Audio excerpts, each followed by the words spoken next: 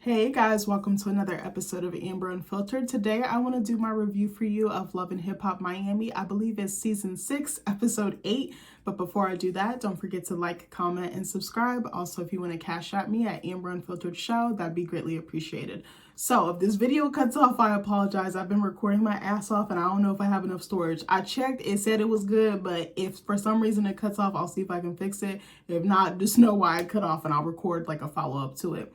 Also, I have a plate of pretzels here. Your girl is hungry. I've been like nibbling on a couple of them like in between videos, but if you hear me smack a little bit, I'm sorry. I'm gonna try my best not to smack in the camera or whatever, but just an FYI. So this episode, I don't feel like it was as good as some of the other ones, but you know, I'm still enjoying the show for the most part. So let's get into it. So the episode opens with Brooke and Estelita sitting outside on the patio. They're at this nice restaurant and Amara joins them. So they're linking up for some girl time, and Amara is like, you know, I met up with Ray, and she gives them all the tea about that. And she's like, you know, he was flirting with me, trying to hold my hand and whatnot. And Amara says that she reached out to Princess to tell her about meeting up with Ray J. So Princess's response had me weak. I'm not gonna hold you. I said I would have said the same thing, bitch. I probably wouldn't have been as nice, but so Princess says, thank you for telling me, but I see you're just another one of these Love and Hip Hop bitches. And I said, damn, the aggression, baby. But I was like, it was well deserved. So I said, this line took me out because you can tell Princess doesn't normally talk like that. And I said, this tells me that she's had enough of Ray J's shit. And she wants all the smoke with all of Ray J's side pieces, including Amara. So Amara also tells the girls that Princess has unfollowed her online, and Estelita leaves their little gathering or lunch early, and she's like, you know, I have to get some stuff ready for the launch of my lash line, like my eyelash line. So Estelita admits in her confessional that she invited Princess to the lash event, and she's like, you know, Princess says that she might not be able to make it. So she's like, I'm not going to tell Amara because she's not going to be there anyway. To me, that reads as though she knew that she was going to come and she was going to wait till the last minute to have a moment. I don't know. I don't really like her. Like, she's funny, but she doesn't really add anything to the story. You know, I said, this felt shady, but what do I know? So then Amara says that Shay reached out to her because it's just Amara and Brooke at the table at this point. And Brooke starts grinning like the goddamn Cheshire cat from Alice in Wonderland, talking about some, I wonder who gave her that idea. I'm like, bitch, you did. We know you did, Miss Mediator. Remember like going to the guidance counselor and having like peer mediators, like you're like when you were like 12 or 13 and like you would have like your friends mediate issues and like drama that you would have like in your preteen years. Like that's kind of what she reminds me of when she does this. Like her and Marcus, I'm like, why y'all always in everybody's business? So anyway, Brooke tells Amara, you know, I know you don't want to hear it, but you guys have a lot in common. You guys are both single. You know, you both have girls, you know, daughters. You guys both have baby daddies that are out here in these streets and they're kind of trash. So Amara brings up the fact that Shay put her kids online to throw jabs at her. And Brooke is like, you know, you guys are owed a conversation. Like you guys owe each other a conversation. You know, you guys have a long history. You don't want to just give it up for nothing. And I was like, okay, I could see that. And she's like, you know, I'm going to mediate the exchange.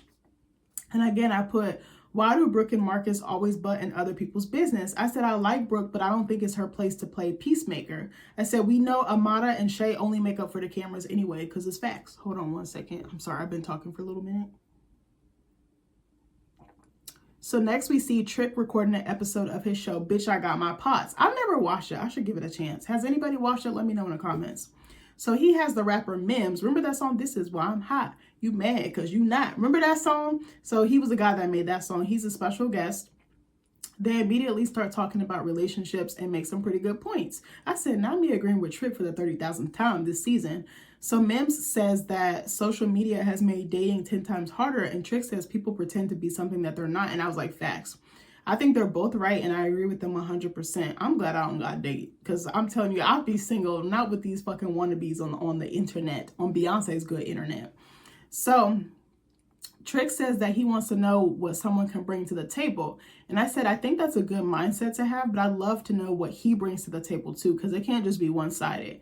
You know, Trick is rich, he's successful, and he's pretty well known. I said, but what else can he offer a woman besides sex or a good time at the strip club? I'm like, does he have emotional intelligence, loyalty, respect, any of those things?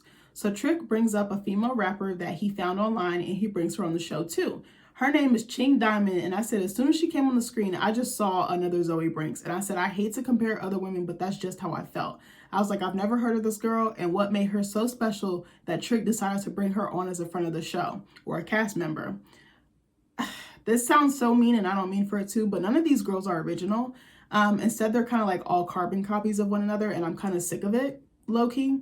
And I said, also what confused me is that she came on national TV with one set of her regular nails with no polish on them, mind you, on them. I think it was her left hand. And then the other was full of fucking acrylics. And I was like, either take all of them off or have all of them done. You can't have your cake and eat it too, sis. I was like, I thought that was a little ghetto fabulous, and I wish she was a little bit more polished is all. Also, you know what? I feel so bad again. The same thing I've been saying about Zoe. Her outfit did not flatter her shape. She's a cute girl. She's not ugly at all. Like, I love her skin. I love her makeup. She has a little bit of swag to her, but the outfit was not outfitting. I was like, you look like you're spilling over. Like, I can't, sis.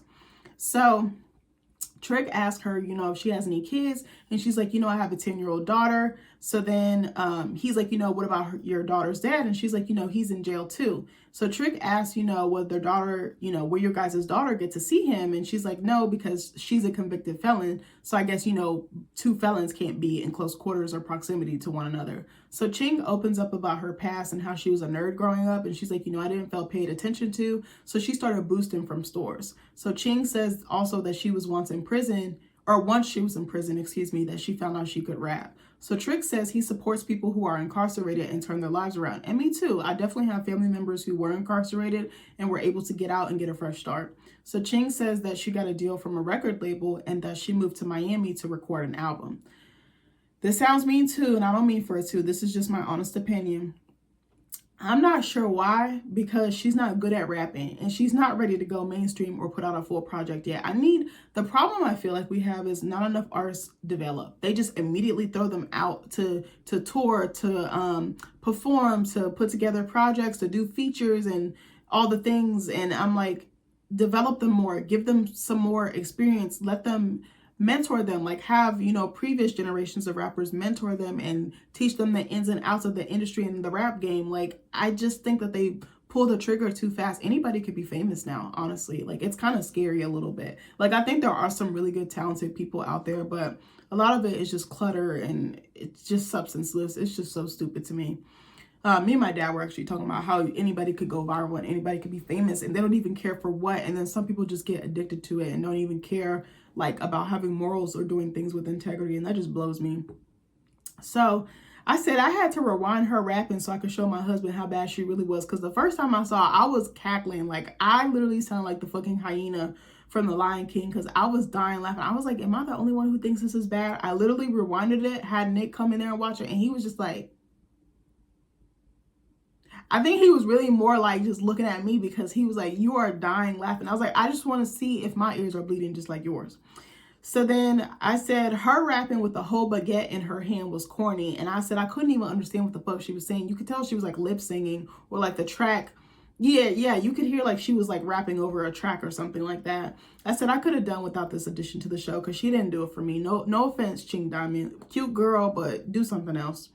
So in the next scene, we see Trina and Swerve at home, and Swerve brings Trina some food. And I said, why did I get the feeling that this man is a homosexual, aka someone who's fucking someone else so they can have a place to stay? Because that's what he give me. He just give me he dirty and lazy. Like, I don't know. Like, he look like he don't shower for 3 days and then try to give you some dick. I don't know. He just give me like he look like he stink. Like, he just smoke weed all day, don't brush his teeth, don't wash his dick. Like, something about him. He just gives me bum energy. I can't do it. I'm allergic. So Trina says that she's been on the road doing guest stints on Missy Elliott's tour. And I'm thinking to myself, so you being late for those two? You've been unprofessional, cussing your staff out, cussing other people out too? Or you just acting nice in front, you know, when there's no cameras? Like, I don't know how this lady gets booked for anything because her attitude alone is so nasty and unprofessional. I could not do it. I would have cussed her the fuck out, point blank, period. I'm not the type of person to do that, but you got one time to disrespect me. So I said, does Swerve come with her on the road? Or does he stay at home using up all her shit, asking for a friend? I said, this situation reminds me of that song, Bitches and Hoes by Janae Aiko. Have you guys ever heard that song? That song is fire. The video is fire too. It's one of my favorites. What's that song? I'm trying to think of the lyrics. Hold on. Because I was going to sing it for y'all. I can't sing worth a damn though. Hold on. Let me see if I can. Eating all her food. Oh, hold on. Did she pick up your kids? She be watching your kids. Did she pick up your phone? Hold on. Let me see if I can find the words. Because I just wanna like, hold on. Man, maybe I should play it because I'm trash at singing. I was gonna say, so Trina says that she's happy to be back at home and to be with her husband. She mentions being so busy. And I said, I'm not sure what this bitch does other than acting like she's all that and being a dick to other people, but okay. And she says she has a book coming out, and it's a memoir called The Baddest, and that Missy Elliott wrote the foreword. Missy, God bless you, because you seem like such a sweetheart. I don't know what you're doing talking to Trina, but that's besides the point. So Trina says that she has a lot of stuff to do and that her schedule is jam-packed. And I said, again, I'm trying to figure out who is booking Trina and why. So Swerve tells her he's too sophisticated for her, Miss Arthur. But he says it in like fucking slow motion. I'm like, bitch, is you the fucking sloth from Zootopia? Like, you simple bitch. Get a third brain cell. Do something with your life. So, and she starts cheesing it like a mug. I'm like, you're really impressed by nothing, ain't you? Like, he's not it. So I said he doesn't seem to have to do much for her to like him, like him, or have affection for him, or think the world of him. Like, she just thinks he's like the greatest thing since sliced bread. I'm like, girl, he's about to ruin your life if he hasn't already. So what's funny is Trina says that she doesn't like drama, but he brings all this baggage and drama with him. So it's like, you do like it. I guess if it come in a package that looked like that. So Swerve says it was wild what happened at Big D's party, and Trina says moving forward, they need to block out the noise as far as the allegations go regarding Swerve's baby mama. Hold on. I'm hungry. Nick said he's gonna go get us some fast food later, and I'm like, my fat ass is excited. I'm jumping up and down on the inside. So she tells Swerve it's his issue and that he needs to call his attorney to clean this up. Hold on, let me finish chewing. So Swerve says, this was the stupidest fucking line. I still didn't know what the fuck this ninja said. Swerve says, we're living in times where a man can't tell a woman to have a baby, but a woman can pick and choose when to speak on or be responsible for a baby. And I was like, are you trying to be deep? Because it's not working. I said, why did I feel like he was trying to pull the wool over our eyes? He was trying to sound deep, but it came across as fake or like hotepish a little bit instead. So our producer asks, Swerve in his confessional, is the baby his? He does everything but answer the question, in my opinion. The same shit he did with Trina's brother. What is her brother's name? Does it start with an S? I can't think. I'm sorry, y'all. I'm tired. So he's like, I'm not answering that. The past is the past. I'm all for growth and moving forward. I said, what a typical fucking deadbeat response. So Swerve tells Trina he's not going to answer to any outsiders and that the situation with his child's mom was before they got together. So Trina says she's always going to encourage him to do the right thing because that's her job as his wife. I said, why did this feel so fake or forced? Like they were trying to clean up his image or something, or clean up the mess that he's created. So I said her morals are shot as it is, so I wouldn't be taking any fucking advice from her. Trina says that she's aware of all the reckless actions he's committed before him and repeatedly says she doesn't give a shit about it. The way she said it, she's like, I don't give a shit, I don't give a shit. Like, it was just so extra. I was like, what are you trying to prove? Like, we all can see him for who he is. You're the only one that has blinders on, but okay, friend. So I said, I think she's embarrassed, and instead of being honest about it, she's putting on a poker face or fronting like she's tough. Again, Trina is all bark, no bite. So she tells him how she's upset at what Hot Topic and Bobby did and that she doesn't want to deal with this anymore. I said, but if you weren't laying down with a dog, you wouldn't get fleas, bitch. Like, next. So next we see Flo at a hotel. It looks like she's on a rooftop, sitting pretty by the pool. She says she has no regrets about stealing her sister's man. Yuck. So Eliza was right. They're sister wives, haha. So I forgot how she roasted them, but Eliza told no lies. She was basically saying their pH balance was off because they keep sharing men and women. I said, facts though. Might need to go get tested. So her and Alan kiss, and I said, bitch, this made me want to throw up in my motherfucking mouth. So Flo says she's using Alan to dig up any dirt on Amada, and knowing him, he probably know and don't care. I said, this is nasty work in my opinion. That shit's gonna come back on her. So she tells Alan his drink looks good, and he asks her if she wants to try it. So I said, bitch, the way she was sucking on the straw disturbed me on a spiritual level. Remember that song, Wild Ride by Normani and Cardi B? I actually really like that song. I love the video too. It was very creative. But remember when she was like, I could probably suck a watermelon through a straw? I feel like Flo was trying to give that, but she can't actually do it. Like, she looks like she's all talk, but like when it comes down to it, she probably is not as great. I don't want to talk on someone's like sexual prowess, but she looks like she's kind of like a dud in bed. I don't know why I get that vibe. I shouldn't be speaking on someone else's you know, cootie cat, but that's just the vibe I get. Let me know if I'm wrong. So I said she damn near busting out her fucking bikini looking like a blow up doll. Like, she's a pretty girl. Her body is nice, but I think she needs to maybe get reductions so that it looks more natural. Maybe that's just me. So Alan says that he had a wonderful time with Flo, but I don't think he did. I said his mouth said one thing, but his eyes were saying something else. And I feel like with Gael, it's a little bit more flirty. There is a little bit of a tension or sexual chemistry with him and Gael. I didn't really get that with Flo. Flo is pretty, but I don't think he was feeling her like that. Let me know if you think differently. So I said I wouldn't be surprised if they didn't hook up at all and they were just lying for the cameras saying that they did. So he says he was pissed off that Amara wouldn't let him bring the twins to meet their sisters. What's killing me is how he's blaming her, not even looking in the mirror at himself as to what did he do to break her trust that she felt like she can't just let him go run off with their kids and introduce them to the rest of their family. Like, you created these multiple situations with multiple women, so you should be looking at yourself and trying to figure out how to get on good terms with them and then maybe revisit it later on down the road. That's what a mature man would do, but what do I fucking know? And I love how quick he's able to point the finger at her. And it's like, but you have something to do with it too. And don't act like you're not still dipping and dabbing with her when we know you are. But anyway, so Alan has no morals to me at all. He just makes me sick. He makes my skin fucking crawl. He's just a snake. I just can't stand his ass. He's so slimy and greasy. Ugh. I don't know why anybody would give him the time of day because he's not that cute. So when Amada doesn't allow... so when Amada doesn't allow him to see his daughters, then he can look in the mirror because he's the fucking reason why. So Flo shows off her tramp stamp and he tells her she's hot. Flo tells Alan that, you know, she's planning to take her sister's man. She then asks Alan if he had feelings for Gael, and he says no. He was here for a good time, not a long time, baby. So Alan says he enjoys her seducing him, but he doesn't take it seriously and that they're just friends, which I find very hard to believe. Hold on one second. So Flo is like, you know, tell me about yourself. And it was just so forced and fake. Like, you could just tell she was just using this man to extract info or cheat, but whatever. So he's like, you know, I was a real estate expert. And he's like, you know, that's how me and Amada met. And he's like, you know, everything that she knows about real estate is from me. And I say, he's such a fucking masochistic spig or spig. I was trying to say pig and masochistic. What was I going to say? What's the word? Misogynistic. God damn, I couldn't figure out the word. He's such a misogynistic pig to me, like such a grease ball. So he's like, you know, when I was with Amada, I was in a bad spot with my wife and that we weren't over yet. And I was like, to me, that's besides the point because you were still in a committed relationship under the eyes of the law and God. But anyway, I'm a person who takes marriage very seriously. So Alan says Amada invited him over one day and she gave him a kiss. And he's like, you know, I was a little bit shocked. And he's like, but then I couldn't blame her for that because I'm sexy as fuck. And I was like, where? I said that receding hairline and that lazy eye isn't though. And I said his body is not all that either. Like his titties are the same size as mine. I said, bitch, I know you fucking lying.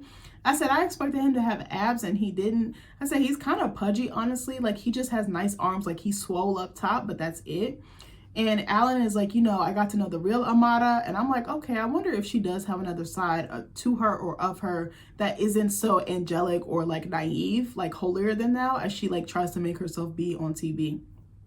So he says, you know, she lost me. She lost a good man. And I was like, here we go with this ninja. He has like a very inflated sense of self. And I'm like, stop it, friend.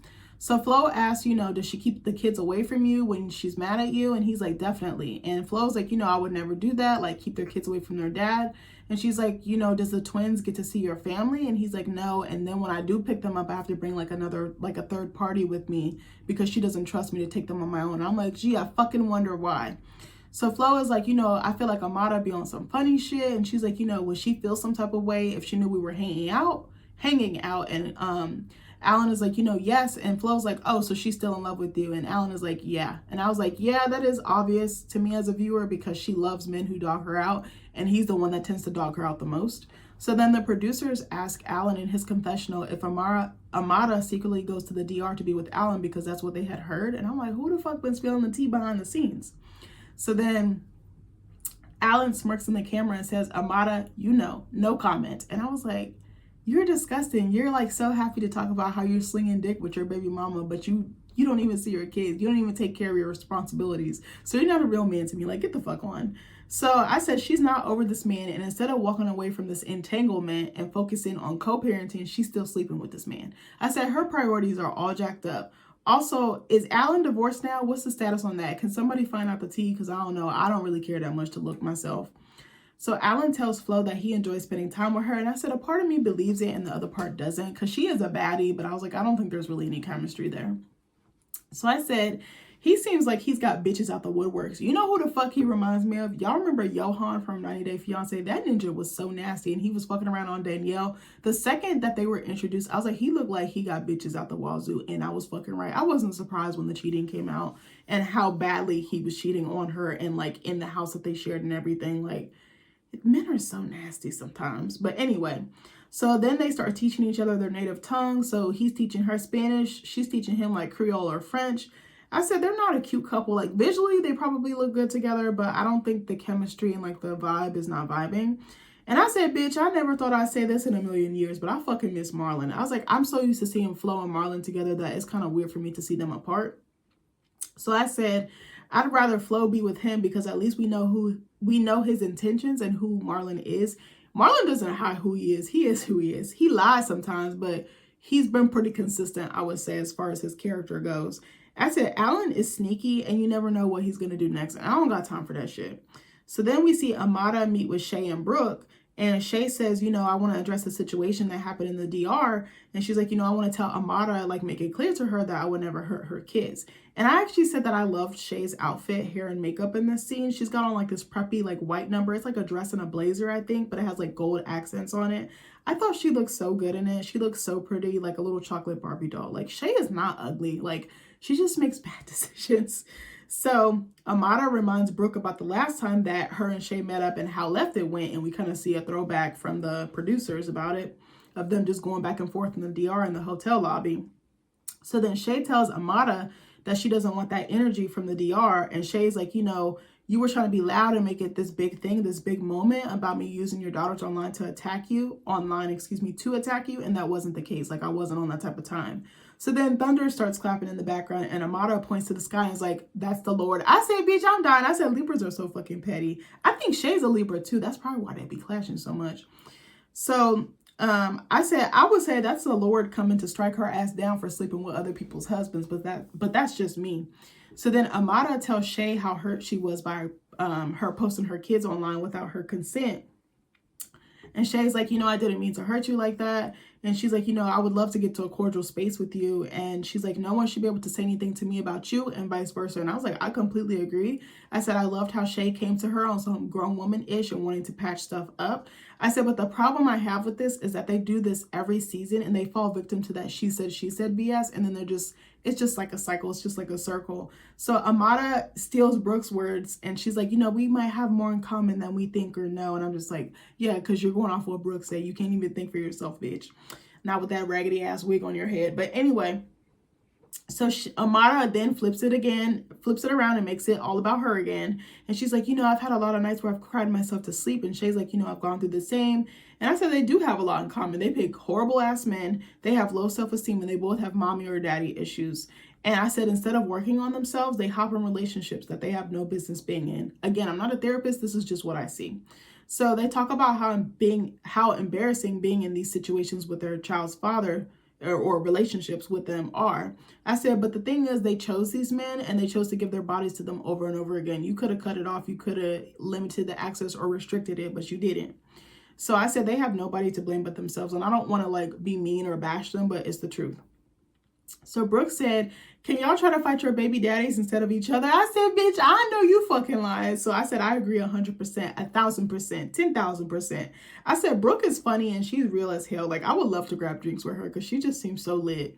So then Amada talks about going to the DR and seeing Alan hook up with Gael and how much it hurt her because she was madly in love with him at one point. And I said in parentheses, bitch, and still is. So then Shay says that she's friends with Flo, but not Gael. Shay then tells Amada what Flo has said about her behind her back. And I said, bro, that's breaking girl code. Like, Shay, Flo's supposed to be your friend. Like, you're not supposed to be spilling all the tea right away.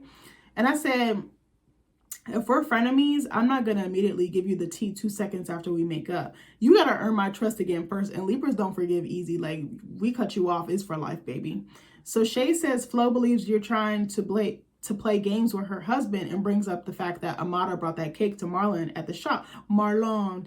So Amada says yes, because he brought a cake and flowers to my job. And she couldn't wait to say that shit to make herself look more innocent. But it's like, bitch, we see you for who you really are. Like, if you're gonna be a snake, then be a snake, bitch. Like, just do it. So Brooke has me fucking dead, because she's like, oh, it's a cake back. I'm like, no, bitch, not with married people's husbands, like, at abort mission. Like, no. So Amada tells Shay, let me tell you about the part you don't know, is that Marlon actually really does care about Flo, and he misses their kids. So she's like, I've been encouraging him to get, to fight to get his family back. And Amada, and again, she turns it around about being a single mom. And it's like, but baby, you put yourself in that situation when you were opening your legs to somebody who was not yours to begin with. He was always someone else's, and always going to be someone else's. And he still is someone else's. So Amada says she's a single mom, and if you have someone you want to be with, like in a relationship, fight for them. And Shay's like, that was very grown of you, like grown woman shit. So I said, wait till Shay sees the footage though, like of what led up to this. Like, I don't think she's going to be on Amada's side no more. So I said that Amada was definitely playing with fire, and I fully expect her to get burned. So Shay asks, if there was any pettiness, and Amada is like, yes, there was. And she goes on a tangent about how weird it is that Gael sleeps with Flo's sloppy seconds, and she can't keep her legs closed. And I said, bitch, if that's not the pot calling the kettle black, because you be doing the same shit, bitch. It just looked differently. You're not doing it to people that you're related to, but you're doing it to people that you were close with. Like, Princess was like basically a sister to her, like, and then you go do this fuck shit with Ray J. Like, stop it, friend. So she says Flo, oh, I'm weak. So Shay says she agrees and thinks that Flo and Gael have different moms and dads, or dads. So she says that Flo is pretty and Gael is the leftovers. I said, I see no lies detected, because Flo is very, very, very pretty. Gael is funny looking. Like, you can't look at her for too long. You got to kind of look at her at certain angles. Maybe when you're drunk, maybe you're high, maybe a little bit of both. I don't know. She's not that cute to me. And everything just looks sagged down. Like, Flo is very, very, very pretty. So Brooke asks, Shay and Amada, are they friends again? And Shay and Amada hug it out. I said, I know for a fact that they'll be fighting again. Just wait. Maybe till the end of maybe at the end of the season or the beginning of next season, because they always fight. And I feel like it's probably going to stem from something online. So Shay goes live on IG and tells the internet that they're back cool again. And Amada says, if you want to see me, you got to see Shay. And Shay says, if you want to see Amada, you got to see me. And I said, I just know Flo is going to fucking lose it. Hold on 1 second. My throat is hella dry, y'all. My bad. Ooh. So then we see Joy at the club hosting Magic Monday. We also see Jaden and one of the Hollywood twins. I can't remember which one, nor do I give a fuck. They're so irrelevant to me. They're all up on each other in a booth. And I'm like, why y'all doing this at the club that your basically stepmom is at? Like, is you dumb? Like, they wanted to get caught. You can't. This is a storyline. This can't be real. So her sister looks so uncomfortable, the other twin that's not with him. And I said, I low-key feel bad for her, because it doesn't matter what she says to her sister. Her sister is going to continue fooling around with him, fully knowing he has a girlfriend, that she could get caught up in some foolishness and ruin their reputation, and not only ruin the dynamic with Trick Daddy, but Trick Daddy and their mom, because I think that Trick is close with their mom. So Joy joins them, and Jaden excuses himself, and Joy asks, one of the twins, what's going on with you and Jaden? And she's like, she tries to downplay and act like it's nothing. And then her sister spills all the tea, and I said, baby, I would have done the same thing. I would have snitched so fast, like, yeah, she fucking him. Next. So we see Hot Topic come to the club, and I know all hell's about to break loose, bitch. So Estelita and Van, who is Eliza's manager, also, where the fuck has Eliza been? Is she not on the show anymore? Can y'all bring her back? Because she's actually entertaining as hell. So Estelita and Van are at the bar kikiing, and Hot Topic walks up and she's like, where's Bobby at? Because I'm about to knock his lights out. I said, I know you fucking lying. I said, some of these ninjas are so extra and I love it, bitch. I said, I was weak. So then Van tells her that he's in Mexico on business, and then we see a flashback of Bobby and Van gossiping about Hot Topic leaking Trina's surprise nuptials to the blogs. So Estelita is like, I don't know what's going on, but she's like, I'm having a lash launch in a few days and Bobby's going to be there. And I put in all caps, Messy Bessie. Estelita lives for a moment. She don't have no storyline, so she just be making up shit as she goes along. Like, she's funny, but I just feel like all she does is, you p-ho, like, you b-a-ho. And I'm just like, okay, I don't want to say the word, sorry. She'd be like, you bitch asshole, you p-asshole. And I'm like, all you do is get fired up like Godzilla and then you don't do nothing. Like, if you're gonna fight, fight. Like, next. So Hot Topic is like, you know, I'm gonna come and I'm gonna see what's up with him when I pull up. So Van pulls up Shay's Insta story of her and Amada making up, and Estelita looks fucking livid. And she's like, I can't believe Amada is back friends with someone who joked about my sexual abuse. And I was like, me either. But I can't because it's Amada. So Amada ain't got no friends. That's why she always making up and breaking up with people. So remember she used to do that shit with to JoJo as well. I miss JoJo. I kind of wish she would come back. So Estelita says that she was just with Amada and Brooke the other day and neither one of them said anything about it. And Estelita is like, how do you go from she's trash to I unfollowed her to I'm not fucking with her to she did this, she did that. And next thing you know, you're hanging out with that nasty ass, raggedy ass bitch. And Ben's like, bingo. And I was like, well. So then Estelita says that Princess RSVP'd to her event and that she was going to let Amada know. But since Amada wants to reunite with Shay and not say nothing, she ain't saying shit either. I said, oop. I said, is Estelita a Libra too, bitch? So we see Hot Topic brush past Joy, and Joy is putting on some lip gloss, and it's cool because it kind of like lights up in the dark. And I said, baby, I need one of those. So I said, if Estelita needed another business idea, she should make that for girlies who like the nightlife. Like, that'd be perfect. Just to, you know, do a quick touch up, maybe like some blush or some simple stuff too. Like, that could go a long way, I feel like. So Joy says that she's surprised Hot Topic is here, and Hot Topic is like, you know, everyone's turned against me, and she's like, including you. And she's like, I expected more from you. And Joy's like, do you have a guilty conscience because you leaked the marriage certificate? And she's like, I didn't, but I don't have to answer to you or nobody, Trina, Swerve, you know, anybody else. And so Joy yells for security, and Hot Topic is escorted out.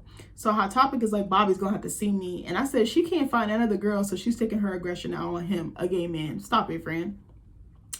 So then next, we see Ching Diamond touring a place to live with her daughter and her mom. I actually really enjoyed the scene, more so because of the mom, not because of Ching by herself. So it's a 500 square foot. Jesus goddamn. So it's a 500 square foot place. And I said, why isn't the label taking care of this, or an assistant or a manager? I said, her mom's name took me out a little bit. I was like, I've never heard of this name before. I read it so wrong. Her mom's name is Yashal, but it's spelled Y''Shal, like shall overcome. I was like, okay. And then her daughter's name is Shal. I think she named her daughter after her mom, but they have nicknames so they can differentiate who's who. Her daughter is cute too. And the mom as well. The mom looked younger than she do. So Ching says, you know, she's close with her mom and her daughter, but she had to leave them behind in Nebraska to work on her album. And I said again, IDKY, because I don't think she's that good at rapping, but I digress. I mean, I can't rap. I know my fucking strong suits. I think she needs to look at something else. I could see her being an influencer or something like that. So Ching asked her mom to give her about 6 months to grind it out and look after her daughter for her while she takes care of business.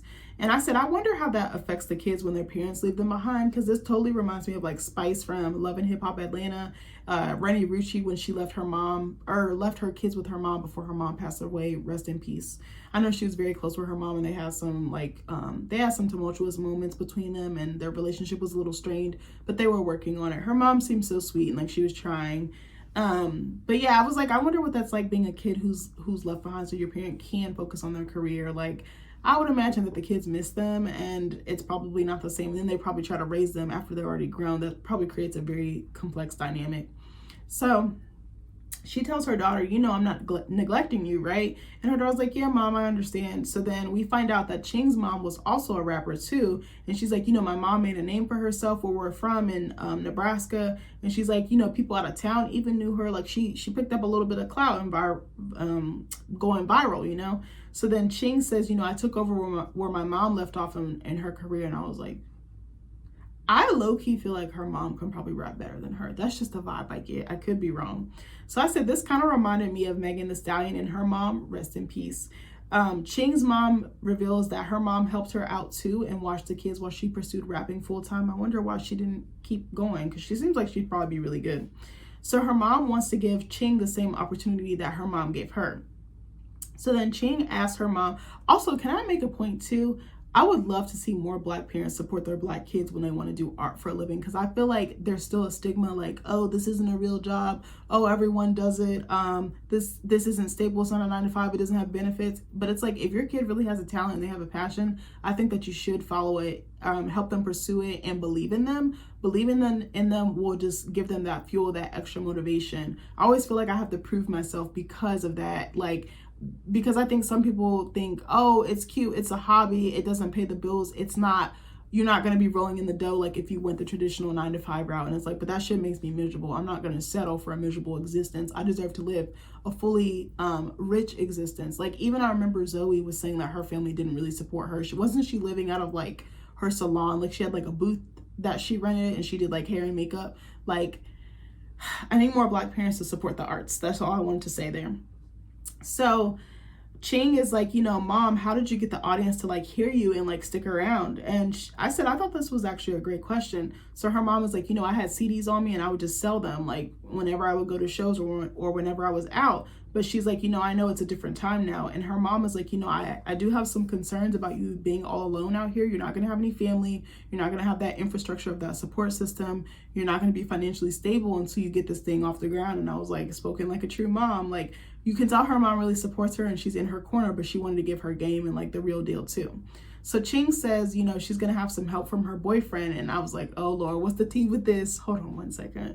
Bitch, I'm running out of water. I was like, I might have to step away from the video, but I really don't want to. I'm trying to drink it slowly so I don't fucking big gulp it like I'm at 7-Eleven. So she says there's one little problem. He's in prison right now. And I just wanted to smack my fucking like hand against my face, like, you know, the palm, like, what's it called, the face palm or whatever, you know, like the emoji. That's kind of how I felt as soon as she started talking about him. I was like, I know something's not right. So I said, what in the hood, Bonnie and Clyde, is this shit? So Ching's mom tells Ching's daughter to give them a minute, and she's like, go play with that like unicorn. She had like this unicorn decoration on the wall, and her mom starts giving her the 3rd degree, as she should. And Ching's boyfriend is supposedly getting out in a month. And Ching is like, you know, we've been talking and he wants to work as soon as he gets out. And her mom is like, well, didn't he go back to prison because he didn't want to work? And I was like, not mama giving all the tea. The moms on reality TV be cracking me up. Because that's how my mom would be. She would tell it to me straight, no chaser. Like, she's not going to sugarcoat nothing. That's why we be getting into it sometimes. Now it's like, calm down. Because I was like, baby, I'm not spending my 30s arguing with you. That's not what I'm going to do. So then, hold up. And her mom brings up some good points. She's like, you know, why are you going to bring that bad energy back into your life? Like, you're getting to a good point. You're hitting your next level. Like, why? So Ching is like, you know, when I was in prison, a lot of people counted me out. And when I got out, I got a wake up call. And I'm like, that's true. That can happen to people. But this guy sounds like a fucking Dusty. So I said, I do believe in second chances, but he needs to show and prove. I forgot what his name was. It's Marquez or something like that, or Marquez. I don't remember. I said, I'll believe it when I see it. So Ching is like, you know, his wake up call is coming. And her mom is like, but didn't he do that twice? Like, get out, go back in, get out, go back in. I said, oh Lord. So her mom is like, you know, he doesn't have a hustler bone in his body. And I said, baby, that scares me, because that means all the burden, like financially and everything else, like just responsibility wise of being an adult, like being independent, paying bills, you know, keeping a roof over your head. Like, I think that's all going to fall to her. It probably already is. And that's going to create an imbalance in their relationship. But what do I fucking know? So what had me weak is her mom is like, you know, it doesn't seem like he has the intelligence to work a real job. If ever that was a read, bitch, that was a read. I said, God damn. I said, her mom went right for the jugular, but I was like, I bet you she's spitting nothing but facts, because she knows, because she probably been down that road or seen somebody else that been down that road. I'm like, Ching, listen to your mama, because she knows best. I'm telling you, moms know everything. I wish I had listened to my mom more when I was coming up, because I would have avoided a lot of heartbreak and stupid shit. So Ching goes on the defense immediately, of course. That's what we do, because I love him, stupid asses. And says, you know, what if he gets out and does everything he says he's going to do? And I'm like, of course he's in jail. He's telling you everything he wants to hear because he's just ready to get out. But you know he's going to go back in there. So I said, what is it with women accepting the bare minimum from men and picking men that literally show you who they are, and you act like you're going to be able to change or he's going to change? No, you can't change nobody. So her mom is like, you know, I have another concern. And she's like, didn't this motherfucker cheat on you so many times? I said, God damn. I said, yikes, in all caps. So Ching is like, you know, well, the one time he did cheat, we broke up for a day. And I'm like, but what about all the other times? friend, get off my screen. I'm tired of you. I said, this is so fucking ghetto. I said, why are we grown adults breaking up with people for 24 hours? I said, once I leave, it's for life, baby. Bye. So Ching is like, how about we make a deal and let him do a 90-day probation, and if he fucks up, then he's out of here.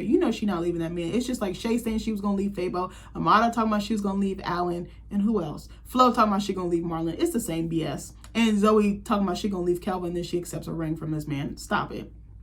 So I said, I don't think it matters what he does. Her mom will never like him or think he's good enough for her daughter. And I said, I hope she don't get pregnant by this man. So then next we see Estelita at her lash launch. Sorry, I'm getting in the last scene, guys, I promise. So we see Estelita at her lash launch and the girls come out to support her. So we see Bobby walk up and I said, bitch, I know it's about to go live because I know he about to start a pot some way, somehow. So he said he was in Mexico working on some media projects. I'm like, what? OnlyFans? So then, he talks about missing Trina's reception and he's like, I know that was full of drama. And I was like, you're right. I was like, he's speaking facts, nothing but facts. So Miami Tip is like, how did Mexico go? And he's like, I feel ashamed of myself because I relapsed and I did drink. He's like, there's no way in hell I'm going back to the old Bobby. He's like, sobriety. He says that, this relapse taught him that sobriety isn't a linear journey. And I was like, I agree. I want to say one point though. I feel like he's copying Black China because I think he's seen how much praise and like glow up she's had, like praise from the public and then like glow up as a person and her growth.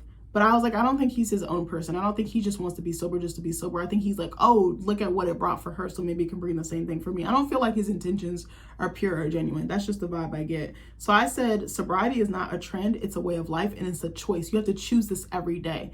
Temptation is around the corner every day. It's mind over matter, but also who you surround yourself with. So then Amada and Brooke walk up to Estelita's event and Estelita sees her, and in her confessional, she's like, I'm still mad at Amada, excuse me, I keep stumbling over my words, for getting back on good terms with Shay, and that when Princess gets here, they can work out their issues and I'm not going to step in or nothing. But I'm like, weren't you just saying a couple episodes ago how Amada was your friend? Remember her and Eliza went up to Flo and Gael, I'm her friend, I'm a ride for her. You see how quickly this bitch turned? She flipped like a goddamn Uno card. But anyway, or a fucking pancake. So, sorry, I just got a text from my brother. Hold on one second. So when Amada and Brooke approach Estelita, she immediately says, I've seen the videos of you guys hanging out with Shay. And Brooke is like, oh, you mad? I said, baby, I am Brooke. She is me. I am her. Because I was like, I would have said something too. Like, what are you mad for? It don't have shit to do with you. Like, you can have smoke with Shay, but I don't got to have smoke with her. Like, we can still be cool. Like, I don't know. These girls are so immature. I said I was weak because the way she said it, like, it was just so funny because Brooke is a straight shooter. Like, she's going to say, okay, I said what the fuck I said, and like, that's me. So, and I was on Twitter cutting up about this as well. So then Estelita says, of course I'm mad, Brooks. She's like, because in DR, you, talking to Amada, were consoling me and you know exactly what she said to me and did to me. And I'm like, how long are you going to drag this out? The girl said what she said. You either can accept her apology or you can't. Like, you need to have a new storyline. I need you to come in with a fresh perspective or something to talk about other than lashes and your titties popping out of your shirt because you're wearing a size too small. Like, do something else with your life. I'm sorry, y'all. I'm a little fired up in this episode or this review. So Amada is like, I did. And she's like, I don't want to have this conversation in front of everyone. So her and Estelita stepped to the side to hash it out. So Amada tells Estelita that Shay reached out, and Estelita's like, of course she did. And I was like, but Estelita's not wrong because Shay reaches out when she done isolated everybody from her support system, similar to the way that Amada does to everyone else around her. I'm talking about, I'm going through a lot. And it's like, girl, you the reason why. So Amada says that Shay was going through some personal shit and broke up with Fabo, and that Estelita should have a conversation with Shay as well. I'm like, not you acting like peacemaker like Brooke. So now Amada can't think for herself also, sidebar. So I said, now that's not a good idea because they're going to get to scrapping. Shay going to tear her ass up. So Estelita asked Amada how she could have sympathy for that piece of shit. So Estelita says the whole world knows what she said and meant, and Bobby and all of them were kind of like, and Bobby's like, yeah, I'm going to go shop for some lashes over here. I said, bitch, he is me. I am him. So Amada says to Estelita, she doesn't want her to feel or think that she would pick Shay over her, and that it doesn't mean that they're going to be cool or besties, but I think they will. And then they're going to fall out again. The first thing Amada's going to do, she's going to go running crying to Estelita, talking shit until they get back on good terms. And then it's just doing this stupid shit like rinse, lather, and repeat, bitch. So Estelita is like, if you want to be cool with her, that's your business. She's like, as a friend, I would never ask you to pick and choose, but in my mind, I thought you knew better. And I was like, oop. Estelita always cusses up a storm, gets riled up, gets escorted out. She just does the same thing. I need her to just, again, like I said, be fresh with her storyline. I need to see more of her life. Why don't we see what she's like at home, who her friends are, what she does on a day-to-day basis? Is she a social media influencer? Is she a video vixen? Like, what does she do? Like, I would love to see more because I feel like we only get one angle of her. Anyway, so what was I going to say? So she's like, I thought you knew better. And then Amada's like, I've always been supportive of you and I always will be. And I was like, okay, cool. So then I put a question in here. I said, do cast members actually buy anything at these events that their other cast members have? Or do they just attend for airtime or optics? It's probably a little bit of both, but I'm like, are they actually supporting them or not? Like, I'd love to know. Ooh, hold on. My throat's getting dry. I feel like a squeaky wheel. Ooh. I need to start drinking some tea, y'all. So then Hot Topic shows up and I said, bitch, I know she finna shake some shit up. So I said, me personally, I'd be embarrassed that I can't rely on my friends to support me because they're going to fight and cuss and carry on in public. So Hot Topic says she's coming for Bobby for blaming her for leaking Trina's marriage certificate. Technically, she wouldn't have gotten involved if he hadn't taken that tea to her. So I do kind of feel like he's responsible. At first, I was like, why is she going so hard at him? But I was like, I kind of see why. He knew who to tell because he didn't tell anybody else. He knew Hot Topic was going to get to the bottom of it. Now he's like, oh, I'm wiping my hands clean. And it's like, you can't throw rocks and hide your hands, sis. So all of a sudden, bitch, you see security assuming the position behind the balloon arch because they already know shit's about to pop off. I was weak because I was like, damn, editing or production couldn't have like placed him somewhere else. Why do they have security if they put these people in situations where they know they're going to want to fight? Like, that's so dusty to me. But anyway, so Bobby plays dumb and acts like he doesn't know what rumors he spread, and Hot Topic tells him to put a muzzle on it and keep her name out his mouth. I say, okay, Will Smith, don't be out here smacking bitches. So then Hot Topic asks, why did he tell Trina she leaked her marriage certificate when she didn't? And Bobby's like, because it was alleged in these streets that you were behind a blog. And she's like, I don't run no blog. The blogs talk about her. Incorrect, because I've never heard of her until the show. Because I am the Hot Topic. She's like, any bitch that has a problem with me gets checked at the door. But I do believe her on that. She's not gonna bow down. She's not afraid to confront people. I'll give her that.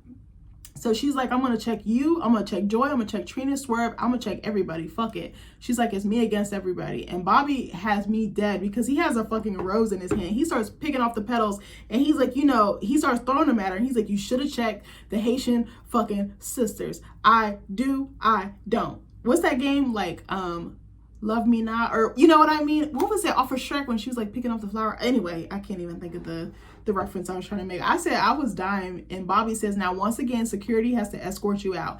So then in his confessional, Bobby's like, I told Trina because it was the information brought to me at the time. And he's like, I want to believe that Hot Topic is telling the truth, but he doesn't put anything past anyone, and neither do I, baby. Actually, too, I think Bobby Lights is a Libra as well. So we got a couple of Libras on the show. Shout out to y'all. We give the gag, we give the drama, we love it.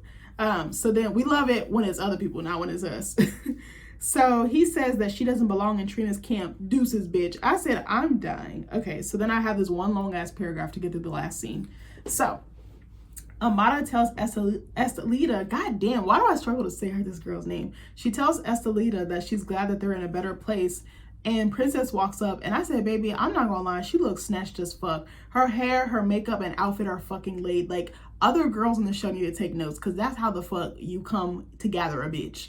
So she has this gorgeous white dress on and these clear heels, like strappy heels. I said her confessional look 8 down too. She's got like this blue one shoulder dress. Her titties is all out. She's stacked. She's sitting pretty. Like, she is fine as hell. I've always thought she was really pretty. So she's like, I'm going through a lot right now and things with Ray are as toxic as they've ever been. And she's like, I needed Amada to be there for me, but instead she violated our friendship. So she's like, I've traveled from LA to Miami to let her know you're not my friend. I said, no, you didn't. You came to Miami to beat her ass, and she deserved to get the brakes knocked off of her. I'm Team Princess on this one. I usually love Amada and will try to give her the benefit of the doubt, but she's been doing some fuck shit lately. Of course, it's editing and all the things, but she's been so petty and just like a hurricane destroying everything in her way. So she's gonna get what's coming to her. I don't feel that bad for her. So Amada is looking around and she's about to shit her pants. Like, she's like this. And I was like, yeah, you about to get your ass beaten. You can sense it, bitch. So Estelita says she's feeling a little guilty. I said, baby, no, you're not. Because she just made up with Amada, but as promised, Princess has arrived. She knew exactly what she was doing, inviting Princess. Because I'm like, Amada told you in the beginning of the episode when y'all met up with Brooke that, you know, she had reached out to her and she wasn't really receptive. So why would you invite her? You knew exactly what she was doing. You're not as dumb as you act. So Amada randomly breaks off from the group, and Miami Tip asks her, you know, why are you stepping away from everybody? Like, come with the rest of the group. And this bitch comes out the mouth with, oh, I'm looking at the lashes I want to buy. You know damn well you're not buying no motherfucking lashes. Also, why isn't Miami Tip on the series more? Does she want to step back? Is she like a B or C cast member? I would like to see more of her storyline because I actually really liked her. She could be a little messy, but she seems like very down to earth. I feel like she was just playing it up for the cameras. I don't think that's how she really gets down. She seems also to herself or like reserved as well, but that's just the vibe I get. So I said, it's because she knows Princess is about to tear her ass up. So I said, Princess says, well, I spoke to my friends, and Bobby's like, oh, so Amada is not your friend? You don't consider her a friend? And Amada says she's not thrilled to see Princess right now and how she didn't like the way she responded to the text that she feels she sent out of courtesy to her. And I'm like, bitch, you're so fucking fugazi. I can't. Hold on one second. Sorry, my throat dry as hell. So I said, the footage shows something different, bitch. It shows you getting spicy with her soon-to-be ex-husband. I don't care if I don't divorce this ninja 12 times. He's still my husband until that paperwork clears. So you was dead wrong for that shit. I don't do that type of shit. I don't play about being alone with other people's husbands, boyfriend. No, you will not catch me really doing that. I like to keep to myself. I don't want to put myself in any type of position where something could happen. No, I'm not doing it. You got to be there or I'm not coming at all. So then, what was I finna say? Amada says that she doubts Princess flew 3,000 miles just to buy some lashes. And I said, baby, you're right for 200, Alex. As little Scrappy would say, Princess wants to put some paws on her. So Estelita encourages Princess to have a conversation with Amada. They all leave, but the way they left, they were like, yeah, we're just gonna go over here. Like, Brooke and all of them were just being so awkward. They scatter like roaches, baby. And none of them are roaches, but still, except fucking raggedy ass Alan and sometimes Marlon. But, so Amada asked her, you know, what tea did you hear? And Princess is like, the tea that I heard was that you went dancing with Ray. So Princess says, it's kind of a little bit of a back and forth. I'll break down real quick. Princess is like, you know, you're supposed to be my friend. Shouldn't you have reached out to me before the meeting? Completely agree. Princess says in her confessional that it just threw her off and she knew that something was right. Again, her makeup is so pretty in her confessional look. She's got like this bronze eyeshadow, this red lip. She's got light foundation, nice blush. Like, it's so even. It makes her skin look so glowy and just like dewy. Like, she's so pretty. Like, I know she did modeling. I think she should get back into it. She's such a pretty girl. The other girls could take notes because less is more. Some of them, their makeup is so heavy. Like, even though I said that Shay looked really good in that look she had when she went to meet with Brooke and Amada, it was too heavy still. I was like, just peel it back a little bit, dial it back. So she says that Princess says that Ray comes up with these crazy ass ideas that he never follows through with. And I was like, I totally get that. Like, he just seems like squirrel. Like, he just wants to make some money and get up in somebody. So she's like, you know, for Amada to fall for it just shows how dumb she really is. I said, not you called her a stupid ass bitch, because I'm right there with you, sis. And I said, I'm not going to argue with Princess on that one. She's 100% correct, because Amada be acting like she dumb, but really her behavior is stupid. So then Ray goes where the wind, you know, Ray does definitely give me that he goes where the wind blows. Like, he just kind of in a little bit of everything in the mix, I would say. So Amada is like, why would I tell you something when I didn't know what was going on? And Princess is like, play stupid all you want. Like, she's not with the shit. She had her black mama voice on like so hard. I was weak. Amada is like, you know, I had nothing to tell you because it didn't happen yet. And I said, I'm with Princess. Call me first and clear it with me before you go behind my back and ruin our friendship over a 2-foot-tall ninja with grills and an inferiority complex. Because that's literally what he is, and possibly a sex addiction as well, because he just can't keep it in his pants. So Amada keeps saying she didn't have to tell her because nothing occurred. And Princess is hot boy. So then Princess starts mocking her. She's like, nothing occurred. Nothing occurred. Like, she just keeps saying it. I was like, she about to whoop her ass, boy. And I said, I'm ready. I was over there like Stevie J doing the little fucking rat face, bitch. I couldn't do it right. But you know what I meant. So then, what was I going to say? Princess says, you cried to me. And Amada's like, yes, I did. The same way that you cried to me. And I said, Princess is too pretty to be arguing with bitches on TV, especially bitches that's beneath her, because Amada is beneath her. I said, she's better than that, honestly. So Princess says, I thought you were my friend. And Princess says, you know, I was always a friend to you, but I see it see what it is. And Amada's like, and what is it? And she's like, you're a fake ass bitch. I said, God damn, not a fab.